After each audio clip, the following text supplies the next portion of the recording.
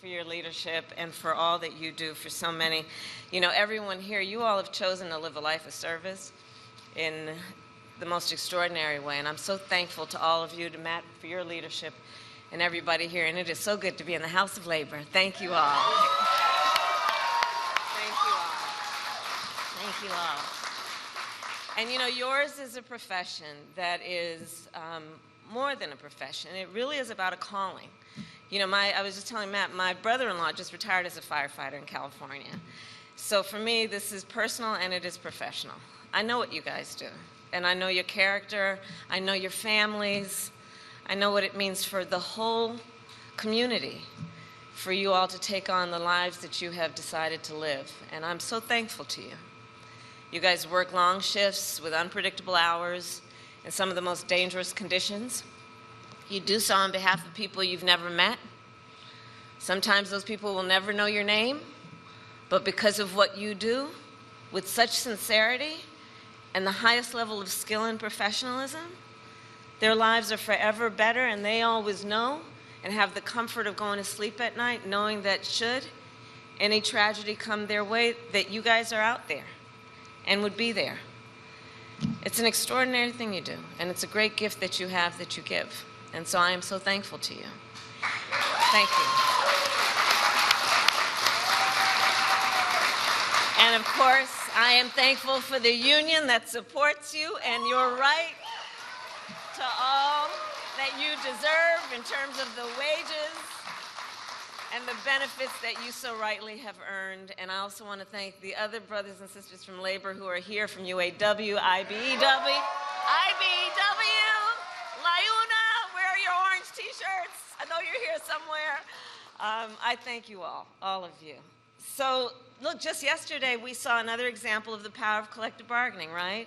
When the longshoremen and the U.S. Maritime Alliance came together, ended a strike, and reached an agreement on a record wage, right? They did good. They did good. And I say everywhere I go, look, collective bargaining benefits everybody. And you know, the term, and I'm looking at our young leaders who are here. I'm so glad you guys are here. So collective bargaining, it's just a basic logical point. So here's what it means. It means that in any negotiation, you want the outcome to be fair, right? We all want fairness, right? Everybody wants fairness, or should. So here's the thing about collective bargaining. If you want the outcome to be fair, you got to realize if you're requiring the one worker to negotiate against the big entity, do we really think that the outcome is going to be fair? Probably not. But if you let the workers together as the collective then negotiate against the big entity, it's more likely that the outcome will be fair. That's the basic point of collective bargaining. That's the basic point of why we want our unions to be able to do their work on behalf of workers every day. Because we know when union wages go up, everyone's wages go up. Yeah. And when union workplaces are safer, all workplaces are safer. And the bottom line is when unions are strong, America is strong.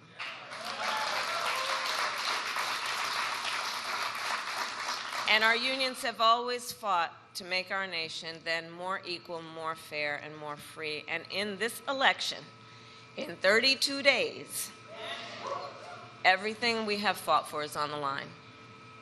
This election is about two very different visions for our nation. One that is focused on the past, and ours that is focused on the future. We fight for a future where we protect the fundamental freedom to organize. We fight for a future where workers, all workers, are treated with dignity and respect. A future where we tap into the ambition and the aspirations of the American people and build what I call an opportunity economy, so that every American has an opportunity to buy a home, start a business, build wealth, intergenerational wealth for their family. Over the last 3.5 years, our nation has seen historic small business creation as an example of that focus. In Michigan alone, we have seen more than 500,000 new small business applications. And when I am president, I plan to build on that progress and that success, including by raising the startup deduction, tax deduction for small businesses from $5,000 to $50,000 to help more entrepreneurs start a small business. I'll tell you guys, my sister and I were raised by our mother who worked very hard, and we lived on an apartment above a daycare center. And it was run by and owned by the woman that we called our second mother, who lived 2 houses down. She was a small business owner, and her name was Miss Shelton. And I grew up as a child knowing about who our small businesses are, right? They're leaders in the community, they're civic leaders, they hire locally, they train.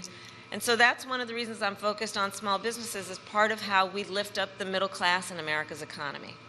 We need to also build more housing in America. Housing is too expensive. My mother saved up for years until I was a teenager when she was able to buy our first home.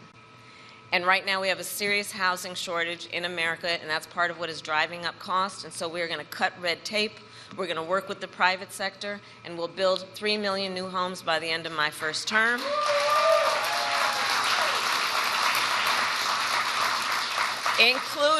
Including providing first-time home buyers with a $25,000 down payment assistance so they can just get their foot literally in the door to be able to invest in the American dream, which not everyone has access to these days.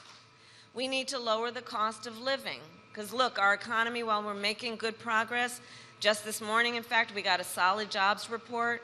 Over 250,000 jobs created last month. Unemployment fell. And just a few weeks ago, the Federal Reserve cut down interest rates, which is going to be great for a lot of folks. But there's still more work we need to do. Prices for everyday things like groceries are still too high. You know it and I know it. And so we have a plan to lower costs on everything from healthcare to groceries, including what I've done in my career as Attorney General, which is we got to take on corporate price gouging. We got to take on what we need to do to understand that if you want to grow the middle class, we need more middle class tax cuts. And the tax cut that is part of my plan will give a tax cut to 100 million Americans. We need to expand child tax credit, and I will do that to expand it to $6,000 so that for the first year of a child's life, their parents have the resources that they need to be able to buy a crib or a car seat. And in that very critical stage of their child's development, just be able to do more than get by, but be able to get ahead. And I say all this to say, I will always put the middle class and working families first. I come from the middle class, and I will never forget where I come from. I will never forget where I come from.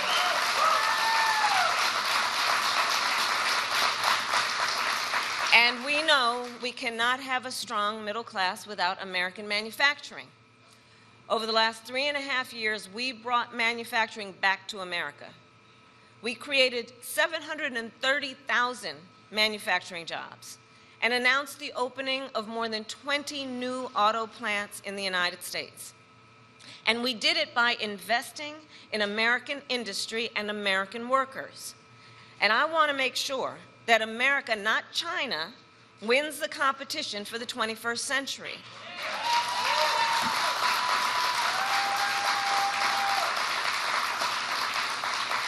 So under my plan, we will invest in the industries that built America, like steel, iron, and the great American auto industry.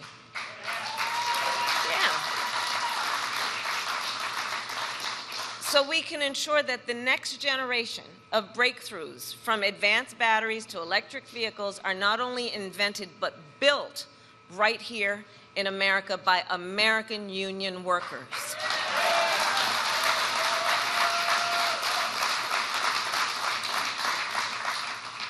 So the election is in 32 days, and Americans have a big choice to make. And I think it's very important then to point out Donald Trump has a very different approach than mine. And let's be real about who Donald Trump is. Let's be real. This is a time for real talk. He was handed $400 million on a silver platter and filed for bankruptcy 6 times. This is a man who has only ever fought for himself. This is a man who has been a union buster his entire career, who has called union leaders, quote, dues-sucking people. And as president, he did not lift a finger to save the pensions of millions of American workers. We did. We did.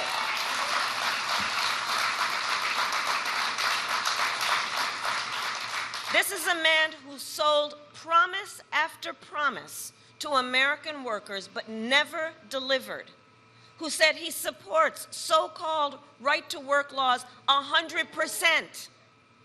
Those are his words. He who joked and laughed about firing striking workers. You remember that? Who rolled back labor standards and made it easier for companies that break labor laws to get federal contracts. And Donald Trump is a man who tried to cut funding for our first responders, including SAFER grants for firefighters. So brothers and sisters, as we stand here in a house of labor, we will not be fooled. We will not be gaslighted. Donald Trump's track record is a disaster for working people. And he's trying to gaslight people all over our country. But we know the facts, and we know the truth. He is an existential threat to America's labor movement. Just look at his track record to know. He said he was the only one who could bring back America's manufacturing jobs. Michigan knows what I'm about to say. Then America lost nearly 200,000 manufacturing jobs when he was president, including tens of thousands of jobs in Michigan. And those losses started before the pandemic, so we're clear, making Donald Trump one of the biggest losers of manufacturing jobs in American history.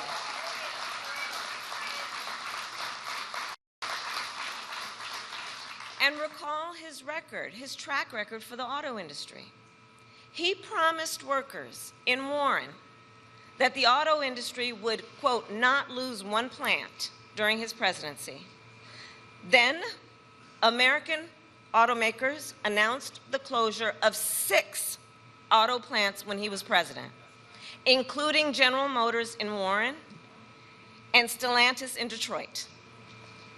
Thousands of Michigan auto workers lost their jobs. And now he is making the same empty promises to the people of Michigan that he did before, hoping you will forget how he let you down. But we know if he wins again, it will be more of the same. Everything he intends to do is spelled out in Project 2025. If reelected, he intends to launch a full-on attack on unions and the freedom to organize. He will ban public sector unions, roll back workplace safety protections, and appoint a union buster to run the Department of Labor. And on top of that, Donald Trump will give billionaires and the biggest corporations massive tax cuts like he did last time. He will cut Social Security and Medicare and impose what I call a Trump sales tax, a 20% tax on everyday goods and necessities, which will cost, the economists have said, which will cost the average American over $4,000 a year more. And if that weren't enough, he intends to end the Affordable Care Act.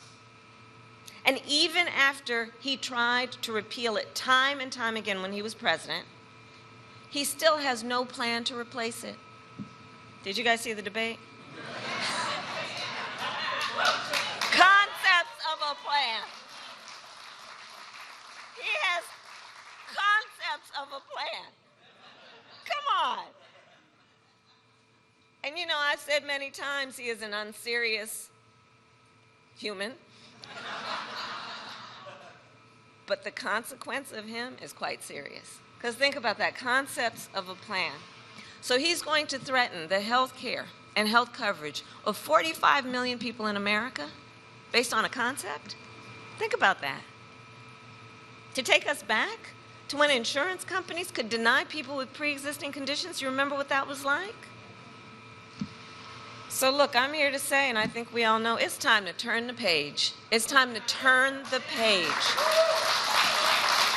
Not going back. America is ready to chart a new way forward because we are not going back. No, we're not. And so it all comes down to this. We are here together because we know what is at stake. And we are here together, and I'm looking at the young leaders, because we love our country. We love our country. Yes, we do. We love our country. And I do believe it is the highest form of patriotism to then fight for the ideals of our country and to fight to realize the promise of America. We have 32 days to get this done. And we know this is going to be a very tight race until the very end. And we are the underdog. So we have some hard work ahead of us, but I know who's here. We like hard work. Hard work is good work. Hard work is good work. And we know what we stand for, so we know what to fight for. We stand for opportunity. We stand for dignity. And we stand for the future. And so we know when we fight, we win. God bless you. God bless the United States of America.